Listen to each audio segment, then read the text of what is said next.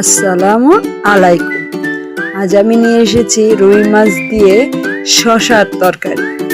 শশা এবং রুই মাছ দিয়ে একসাথে তরকারি রান্না করছি, তো ওইটাই আপনাদের সামনে শেয়ার করব।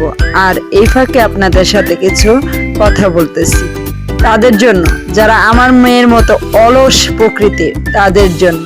শোনো, তোমরা শোনো, মন দিয়ে শোনো। আমার মেয়ে যেরকম অলস, রান্না করতে পারে না, ঘর ঝাড়ু দিতে পারে না, কোনো কাজকর্মই সে পারে না। সে পারে শুধু খেতে আর আমার খুদগুলো ধরতে।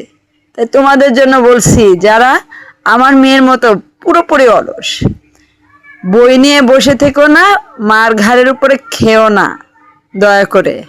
কারণ মানুষের সব স্বপ্ন তো সবসময় পূরণ হয় না। কখন কার ভাগে কি লেখা আছে, কখন কি হওয়ার তা হয়ে যেতে পারে যে কোনো সময়। কেউ হয়তো আল্লাহ তাআলা তার মনের আশা পূরণ করার জন্য দেয়, আবার কেউ পূরণ করতে পারে না। শ্বশুরবাড়ি প্রতিটা মেয়েরই যাওয়া লাগে। তাই বলতেছি, বসে বসে না খেয়ে পড়াশুতা না দিয়ে তোমরা একটু কাজের সময় দিও। পড়াটাকে যেরকম আঁকড়ে ধরো, আজকাল সুতা আর কি থাকে মা বাপের কাছে, তা একটু রান্না বান্নাও শিখে নিও। কারণ তোমাদেরকে শ্বশুরবাড়িতে গেলে তার বসায় খাওয়াবে না, এই কইরে খাইতে হইব। কিছুটা হইলেও শিক্ষা রাখো। আমার মেয়ের মতো এরকম অলস প্রকৃতির হইও না। জানি না তার নসিবে কি আছে, কিচ্ছুই পারে না। না পারে রান্না, না পারে গোছানো। আমি চেষ্টা করি যে করানোর জন্য, তাও পারি না। আচ্ছা, তা তোমরাও কেউ ঘরে বসে থাকো না, কিছু হলো চেষ্টা করো।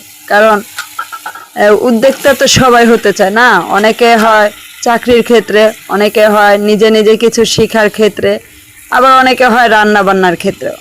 তা আমি চাই প্রতিটি মানুষ কিছু না কিছু ক্ষেত্রে উদ্যোক্তা হোক। আর পরের কথা শোনা তো আমার চলেই না। আমি নিজের মতো চলতে চাই, নিজের মতো কিছু করতে চাই। তা আমি চাই এটা প্রতিটা মেয়েরই যেন হয়। তারা যদি নিজের মন মতো, নিজের শখের মতো কিছু না কিছু করতে পারে। তাই এর জন্য যারা রান্নার রেসিপিগুলো দেখো, দয়া করে তারা রান্নার রেসিপিগুলো শিখে রেখো। শিখে শিখে নিজেরাও চেষ্টা করো। আর আজকে আমি শশার তরকারি রান্না করছি, তা পুরোটাই তোমাদের সাথে শেয়ার করলাম। আর এই শেয়ার করার মাঝ দিয়ে তোমরাও মাঝখানে একটু শিখবা। আর কেউ যদি আমার এই ভিডিওগুলো দেখে থাকো, যদি ভালো লাগে, তাহলে দয়া করে আমার ভিডিওতে একটা লাইক, কমেন্ট এবং সাবস্ক্রাইব করে দিয়ে যাবে দয়া করে। আমি নতুন তো তাই। আর তোমাদের সাথে কথা বলতে বলতে আমার রান্নাটা করা শেষ। এখন আমি লেবু, মরিচ এগুলো সালাদ হিসাবে নিলাম। আর দেখো আমার অলস মেয়েকে, এই যে বলতেছি, তারপরে অলস মেয়ে দেখো কি সুন্দর করে সে খেয়ে ফেলছে, খাচ্ছে। আর দেখা বলছে যে হ্যাঁ, আজকের তরকারিটা মজা হয়েছে। বুঝো ঠেলা, কারে আমি কি বলি। দেখো, তার কাছে আমার কথা কোনো মূল্যই নাই। কবে যে মূল্য হবে আল্লাহ জানে। তা দোয়া করবে সবাই। ধন্যবাদ।